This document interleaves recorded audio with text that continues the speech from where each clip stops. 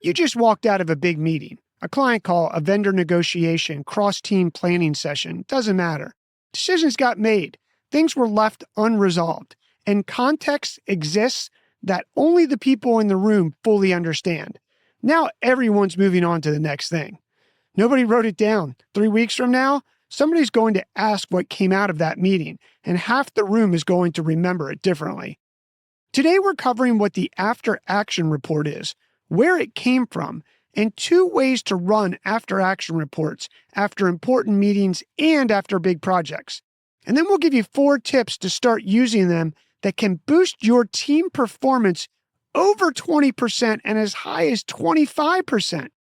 The after-action report, or AAR, is a structured discussion that happens right after an event and is focused around 4 questions that we'll go over in detail in the latter half of this episode.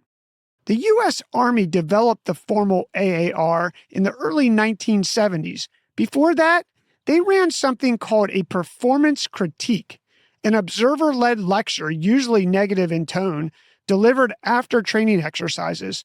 Soldiers hated it. It bred resentment, not learning. So the Army rebuilt it into a discussion, not a lecture. Everyone participated regardless of rank. The phrase they used, leave your rank at the door. The military uses AARs in 2 ways. 1, after missions and training exercise, equivalent to a big project in the civilian world. And 2, after significant meetings, especially when meeting with headquarters, other branches, or agencies where decisions were made or knowledge needs to transfer to people who weren't in the room. Military personnel rotate positions every 2 or 3 years, so capturing what happened in key meetings isn't optional. It's how institutional knowledge survives. Every company that's ever lost an employee knows that gap firsthand. So does this AAR work? A 2013 study published in Human Factors, the Journal of Human Factors and Ergonomics Society, titled, "Do Team and Individual Debriefs Enhance Performance?" A meta-analysis, pulled together 46 studies covering more than 2,100 participants. Teams and individuals who ran structured after-action reports outperformed those who didn't by 20 to 25%. On average, they only took about 18 minutes to complete. That's a meaningful performance gain, and it happens faster than most people take for their lunch break. Here's 4 tips to put the after-action report to work for you and your team. First, use the AAR after important meetings, not just big projects. Most teams treat meetings as a destination. You show up, you talk, and then you leave. But any meeting where decisions got made, a relationship moved forward, or new information surfaced is worth a quick AAR. It doesn't have to be long, 10 minutes right after the call ends. If the meeting was remote, you can leverage AI to give you a report in the format that you choose. That 10 minutes protects every hour that went into getting everyone in that room.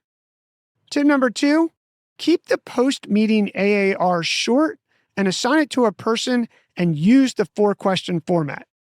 The biggest reason post-meeting AARs don't happen is that nobody owns them.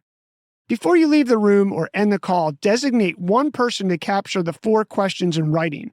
I created a cheat sheet download with the 4 questions for a meeting and one for a project, so you don't have to write these down. The link's in the show notes. For significant meetings, the 4 questions are, number 1, what was the meeting about?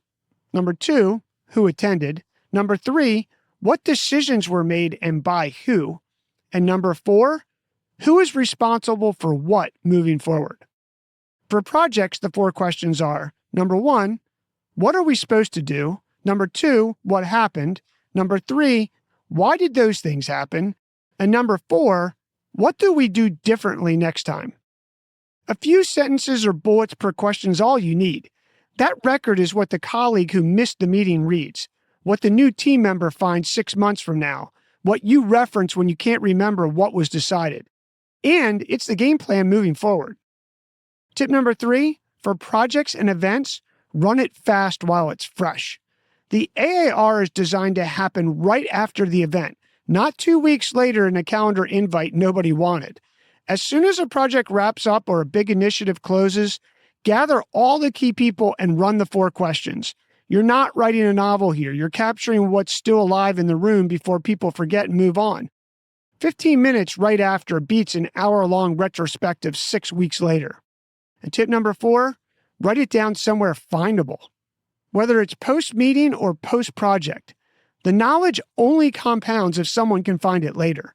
A shared folder, a project channel, feed it into your AI data repository, whatever tool your team already uses.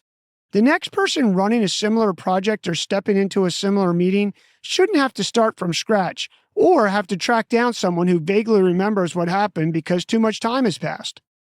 The military built the after-action report because lives depended on not repeating mistakes and not losing knowledge when people moved on.